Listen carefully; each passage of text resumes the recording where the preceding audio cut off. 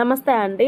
అన్లెట్ chicken అని chicken shop లో అమ్ముతుంటారండి. దీని గురించి ఐ థింక్ ఇప్పుడు జనరేషన్ వాళ్ళకి తెలియదు అనుకుంటాను. నార్మల్ గా ఉడికించిన ఎగ్ తిన్నామంటేనే లోపల ఎల్లో పార్ట్ పడేస్తుంటారు, తినడం ఇష్టం లేక. అఫ్ కోర్స్ హెల్త్ కి ఎల్లో పార్ట్ చాలా మంచిది, బట్ కొంతమంది ఇష్టపడరు కదా. సో ఎగ్ లో ఎల్లో పార్ట్ తినేవారు ఇష్టపడే వారికి తెలుస్తుంది, దానికి దగ్గరలో ఉంటుందండి దీని టేస్ట్ కూడా. ఇదొక కాంబినేషన్ అండి.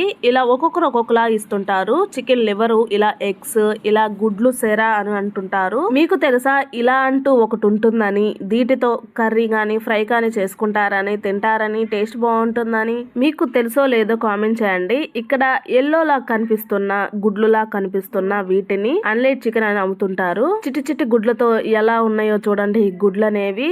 సో పిల్లలు అయితే ఇష్టంగా తింటారండి, చక్కగా ఇష్టంగా తింటారు, హెల్త్ కి మంచిది కదా. డిఫరెంట్ గా ఉందని చెప్పేసి బాగా లైక్ చేస్తారు. కింద పడిందంటే గుడ్లు పగిలి ఎలా వేస్ట్ అవుతాయో అలానే వేస్ట్ అవుతుందండి, అంత సాఫ్ట్ గా ఉంటుంది. సో మీకు చూపిస్తాను పగిలింది కూడా.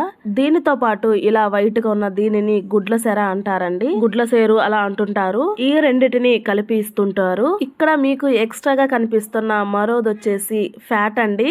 ఇదంతా కొవ్వు పదార్థమే. సో కొవ్వు పదార్థం అనేది కర్రీస్ లో పడినట్లయితే టేస్ట్ బాగుంటుంది, కానీ ఇది తింటే చాలండి ఇలియానాలో ఉన్న మనము కన్ఫామ్ గా జీరో సినిమాలో ఉన్న అనుష్కలా అయితే కన్ఫామ్ అవుతామండి. జస్ట్ జోక్ గా అన్నానండి, కానీ దీనిని తినే వాళ్ళు చాలా మంది ఉంటారు. నాకెందుకో భయం అండి ఇది తినటం అనేది, లావ్ అయిపోతానేమో అని. ఓవరాల్ గా దీని టేస్ట్ అంతగా నేను ఇష్టపడను కాబట్టి నేను దీనిని వండడం లేదు. మరి ఏం చేస్తానో చివరి వరకు చూడండి. ఫ్యాట్ ని ఇష్టంగా తినే వారి కోసం ఎలా వండుకోవాలో కూడా కంటిన్యూషన్ లో చెప్తాను, స్కిప్ చేయకుండా చూడండి. ఈ మూడిట్లో మీకు ఏదైనా నచ్చినట్లయితే ఒకటి స్కిప్ చేసుకొని దానితో పాటు లివర్ లాంటివి కూడా యాడ్ చేసుకోవచ్చు. ఈ మూడిటితో పాటు లివర్ లాంటివి కూడా యాడ్ చేసుకొని వండుకోవచ్చు అండి. సో మీ ఇష్టం కదా. ఈ మొత్తాన్ని ప్లెయిన్ వాటర్ లో ఒక 4-5 సార్లు శుభ్రంగా వాష్ చేసుకోండి. అయితే స్లోగా వాష్ చేసుకోండి, లేదంటే గుడ్లు పగిలిపోతాయండి. ఇలా వాష్ చేసుకున్న తర్వాత ఒక కుక్కర్ లో అయితే వాష్ చేసుకున్న వీటిని యాడ్ చేసుకోవాలి. చూడండి మీరే, గుడ్డ అనేది ఒకటి కింద పడిపోయి ఎలా పగిలిపోయిందో. సో చాలా సాఫ్ట్ గా ఉంటుందండి. స్లోగా వాష్ చేసుకోవాలి, స్లోగా చూసుకోవాలి. ఇక్కడ నేను ఫ్యాట్ ని తినను అని చెప్పాను కదా, దానికోసం కర్రీలో వేస్తే టేస్ట్ బాగుంటుందనే ఉద్దేశంతో ఈ ఉడికించే ప్రాసెస్ లోనే ఫ్యాట్ ని యాడ్ చేస్తున్నానండి. ఇలా యాడ్ చేసినట్లయితే ఫ్రై చేస్తున్న తర్వాత నేను పైన ఉన్న లిక్విడ్ లా మారిపోయిన ఫ్యాట్ మొత్తాన్ని పడేస్తాను. ఫ్రై టేస్ట్ అనేది ఎన్హాన్స్ అవుతుందనే ఉద్దేశంతో. మీకు ఇష్టం లేని వాళ్ళు అసలు పూర్తిగా ఈ స్టేజ్ లోనే స్కిప్ చేసుకోవచ్చు.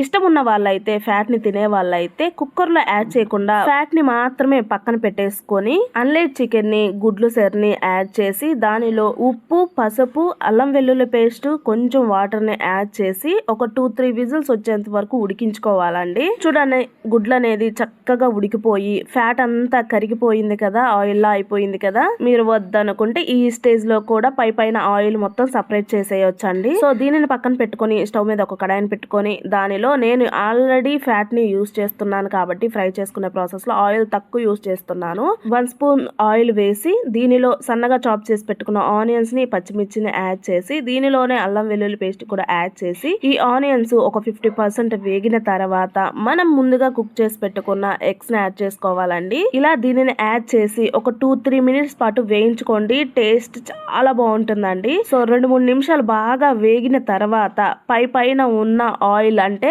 ఫ్యాట్ లిక్విడ్ మొత్తం, ఆయిల్ మొత్తం సపరేట్ చేసేయండి.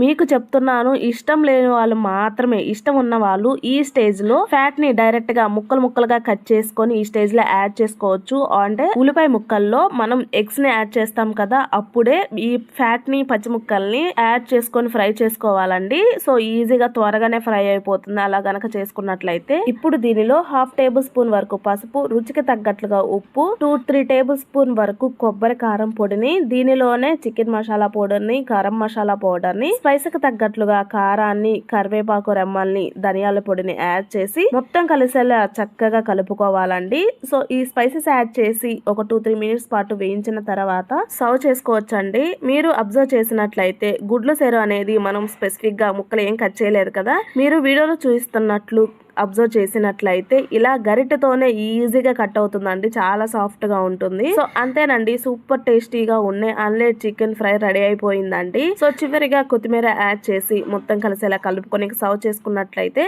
ఇష్టపడే వాళ్ళు లొట్టలేసుకుంటా తింటారండి. ఇష్టం లేని వాళ్ళు కూడా ఒకసారి ట్రై చేయండి, చాలా బాగా నచ్చుతుంది మీకు కూడా. సో ఫ్రెండ్స్, ఐ హోప్ ఈ వీడియో మీకు నచ్చిందని అనుకుంటున్నానండి. నచ్చినట్లయితే లైక్ చేసి, షేర్ చేసి, కామెంట్ చేయండి. ఈ రెసిపీ ఎప్పుడైనా టేస్ట్ చేశారో లేదో మాత్రం తప్పకుండా కామెంట్ చేయండి. Thanks for watching.